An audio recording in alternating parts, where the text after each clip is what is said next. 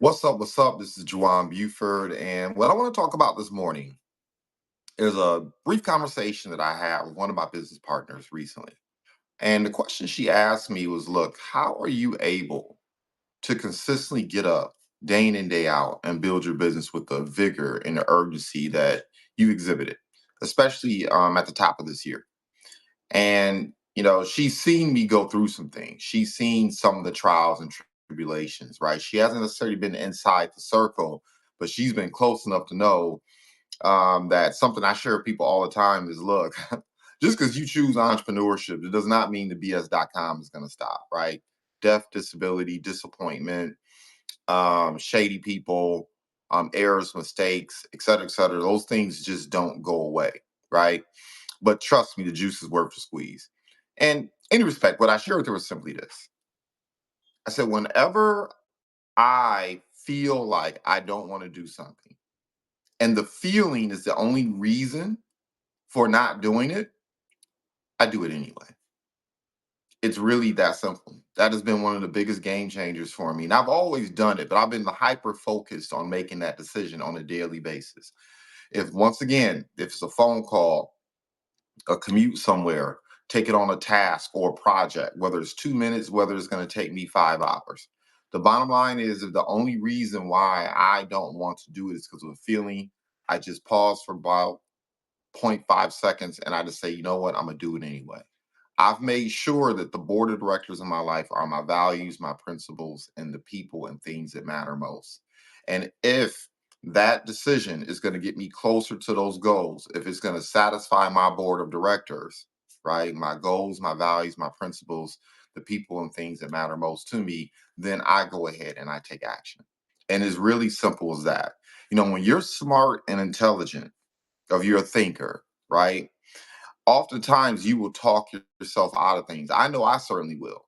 Right. I'll start analyzing the angles, I'll start analyzing and trying to project 5 months out, 5 hours out, 5 years out, right?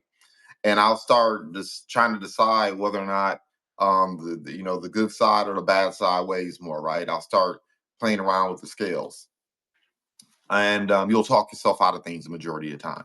The bottom line is our minds are programmed to help us to avoid pain and discomfort.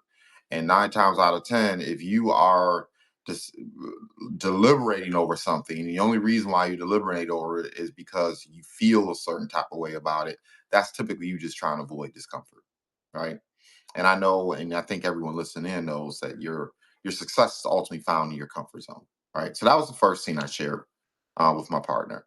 The next thing I shared was simply this, and I think anyone who's involved in marketing and sales, we all deal with it to one extent or another, right? And she was having difficulty following up with people, so she would share our value prop.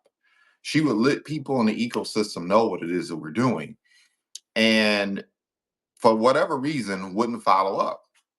And so I began to ask questions as to why you wouldn't follow up. Is it because you were scared of the person's response? Is it because you felt like you didn't have the bandwidth for time? Um, and of course, we know there's no such thing as time management, just priority management. But that's another talk for another time. What's it all about? And what I uncovered is that she was concerned about the outcome. She was concerned about whether or not the person would say yay or nay. She asked me, "Aren't you concerned?" I said, "No, not one iota." When I'm out here in the marketplace sharing what it is that I do, look, I think there's only a couple things in life that's more important than what I do. I'm just gonna be so transparent. It's not being pompous. I just believe it. Okay. I believe your faith, the person you marry. I believe your credit score. And I believe our services, what we do in terms of helping business owners level up, equipping with the tools to grow and scale, and helping families protect themselves legally. We live in a democratic republic. We live in a land of laws. And the bottom line is, if you are not able to navigate that system effectively, I'm gonna make sure you're on the right side of the fence and make sure your interests are protected. We are not playing flag football out here in life. Okay, we're playing rugby. And if you don't have your bases covered, if you're not moving correctly, sooner or later, somebody is gonna come up and knock your teeth out. That's what I believe.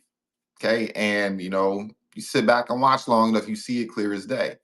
And quite frankly, if you have these things in order, right? Your faith, the person you marry, or the person you spend the most time with, um, you have your finances right, particularly, you have a solid credit profile, and you have access to the services we provide.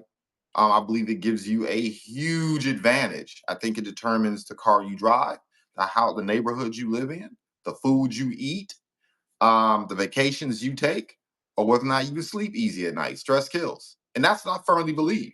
And so, because I believe that much about what it is that I do, and this is what I wanted to drive home to her, and this is hopefully what I'm driving home to you, because I believe so ardently in what it is that we do, and that it's so important that I don't care about the outcome. My only responsibility is just to introduce you to what it is that we do, to ask the questions I need to ask. The primary skill set is to ask the questions I need to ask, edify in a way that I need to edify, simply to get someone to take a look. But once I've done that, once you've been educated about what we do, it is not my responsibility to make sure that you make a smart decision to invest in yourself. It's not my decision. I did what I was supposed to do. So you catch that L, you catch that L. And that's how I ardently feel about it, right? I want to see everybody win. Everybody's invited, but not everybody deserves. And not everybody deserves because of the decisions that people make. Straight up, right? At a certain point, when you reach a certain age, unless you've been disadvantaged in some horrific ways, you are, at the end of the day, a product of decisions that you make. And so if people don't decide to invest in themselves, that's not my cross to bear. I did what I was supposed to do once again, right? And that's the attitude I have, and that's why I'm so willing to not only share what it is we do, but follow up with someone. I don't mind a no. Matter of fact, I prefer a no over a maybe any day of the week, right? You know what I'm talking about. You have those people who say, well, maybe I will, maybe I won't. Maybe I'll take action to change my life a day from now, a week from now, a month from now, a year from now. Let's be on standby. Keep following up with me. No, I'm not doing that. You about to get placed in CRM. You're going to get placed in some type of automated tool. I'm not doing that. All I want is a no or a yes. I don't do maybes. And I'm indifferent. Once again, about the result. I know I have a service and a product where 30% of individuals who learn about it will use it, and will patronize it. So I just look for the 30%.